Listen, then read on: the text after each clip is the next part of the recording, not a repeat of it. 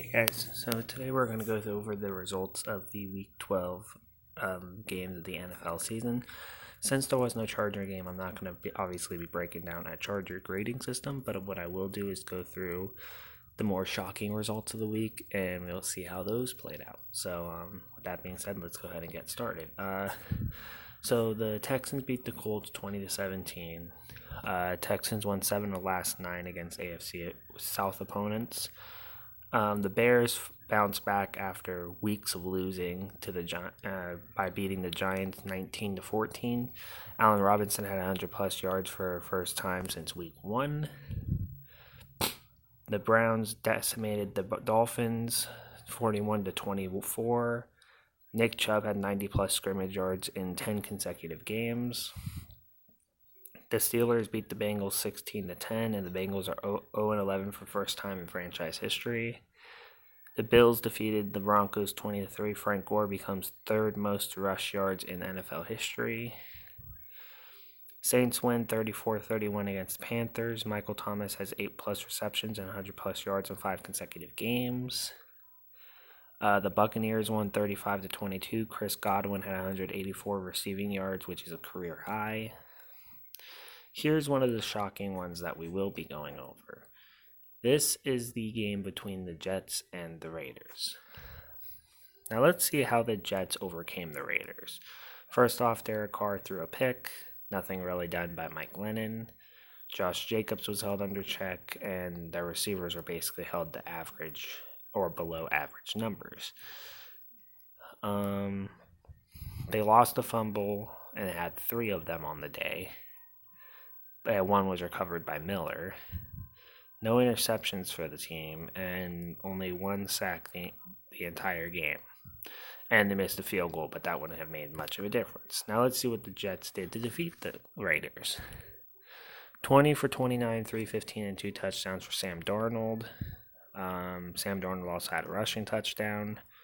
Robbie Anderson had himself a pretty good day. Fumbles, there was 2 fumbles, 1 lost, 1 recovered. There was an interception by Brian Poole for 15 yards, and the defense did put together a sack as well, so no one really did much on defense. And then the kicking, they did miss a field goal, but obviously that doesn't matter in the end result. The Seahawks beat the Eagles 17-9. The Redskins get their second win of the season, beating the Matthew Stafford-less Lions 19-16. Oh, by the way, the Jets have scored 30+ points in 3 straight games for the first time since 2008. Zach Ertz is second fastest tight end to reach 500 career receptions, and first home win for the Redskins since Week 7 of last year. The Titans won 42-20. I actually want us to go into that game too and see how that one played out. So let's see. Nick Foles didn't throw any picks. Leonard Fournette had 2 touchdowns, but also, by the way, Nick Foles didn't throw any touchdowns. There was a few fumbles, both recovered and forced and lost. No interceptions, and only a sack by the Jacksonville, and 2 for 2 for Josh Lambo on field goals. Let's see how the Titans won.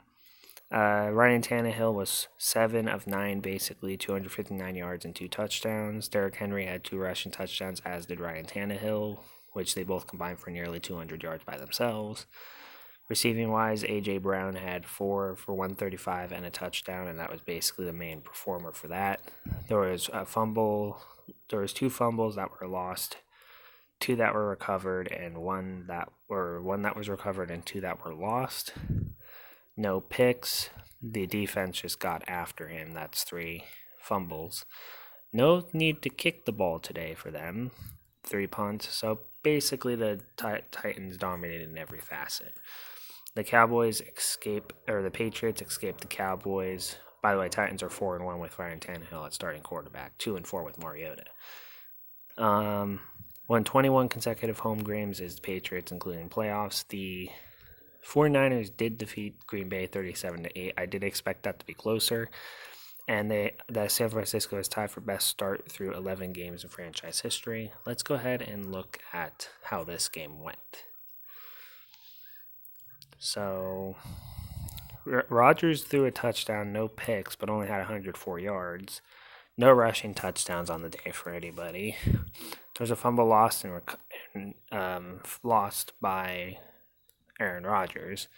They did get two and a half, 3 sacks. They don't count the other one, but it happened. And let's see how 49ers did. 253 and 2 touchdowns for Garoppolo, 1 rushing touchdown for Mostert and Coleman. Kittle and Samuel each had touchdowns. There was a fumble lost but recovered for them. No picks. And there was 4 sacks, maybe 5 sacks for their defense. And they did get 3 field goals as well. So that was another pretty shocking game. And then last night's game, the Ravens decimate the Rams 45-6. Let's see how that game played out. So the Ravens had Lamar Jackson was 15 of 20, 169, and 5 touchdowns. Robert Griffin 1 for 3 for 39. Mark Ingram had 111 yards and a touchdown. Lamar Jackson had 95 yards. They had 285 yards of total rushing, 208 of passing. Fumble lost, but it was only forced. I don't see a recovery, so it was probably out of bounds. There was 2 interceptions by the Ravens defense, and there was 2 sacks, 1 for Justin Tucker, only 1 punt by the punter for the Ravens. Jared Goff had 212 yards, 2 picks, nothing happening on the ground for them. There was 1 fumble, no picks for anybody, and they did get 3 sacks. There was 2 for Zerline, which is the only points they had. Okay, so with that being said, let's look at the standings heading into this week. Let's not look at the playoff picture. Let's look at regular season first. So Patriots 10-1, Bills 8-3, Jets 4-7, Dolphins 2-9, 9-2 Ravens, 6-5 Steelers, 5-6 Browns, and 0-11 Bengals. The thing is too that there's only 5 more games left in the season, so the Ravens might be locking down division here pretty soon. Texans 7-4, 6-5 Colts and Titans, and 4-7 Jaguars. AFC West 7-4 Chiefs, 6-5 Raiders, 4-7 Chargers, and 3-8 Broncos. 6-5 Cowboys, 5-6 Eagles, 2-9 Giants and Redskins. 8-3 Packers and Vikings, 5-6 Bears, and 3-7-1 Lions. 9-2 Saints, 5-6 Panthers, 4-7 Bucks, 3-8 Falcons, 10-1 49ers, 9-2 Seahawks, 6-5 Rams, and 3-7-1 Cardinals. Now, if the playoffs were to happen today, the 1 and 2 seed would be the Patriots and the Ravens for the AFC. The Steelers, Texans, Bills, and Chiefs would be the other seeds, and only the Bengals have been eliminated from playoff contention still. On the NFC side, it will be 49ers, Saints, and then Minnesota, Green Bay, Seattle, and Dallas would be the other spots. Everyone else is still in the running there. And now let's look at league leaders in all the categories before we end this video. Dak Prescott leads the league 3,433, with Jameis Winston 3,391, Rivers 3,169, Goff 2,995, and Brady 2,942 for passing. Rushing, we have 1,123 for Christian McCaffrey, 1,117 from Nick Chubb, 1,017 for Dalvin Cook, 991 for Henry, and 957 for Josh Jacobs. For receiving, it's 1,242 for Michael Thomas, 1,071 for Godwin, 1,043 for Evans. Julio has 950, and DJ Moore has 905. In terms of defense, tackles, we had 110 by Hicks, 108 by Martinez, 103 by Wagner, 98 by Will Smith and Baker, 12.5 sacks for Barrett, 12.5 sacks for Jones, 11.5 for TJ Watt, 10.5 for Preston Williams, and Eric Armstead has 10. 5 picks for McCourty, Peters, and Fitzpatrick. Williams and Gilmore each have 4 as well. So that will be the video. Thank you guys for watching. On Thursday, before the game starts, there will be the predictions for Week 13.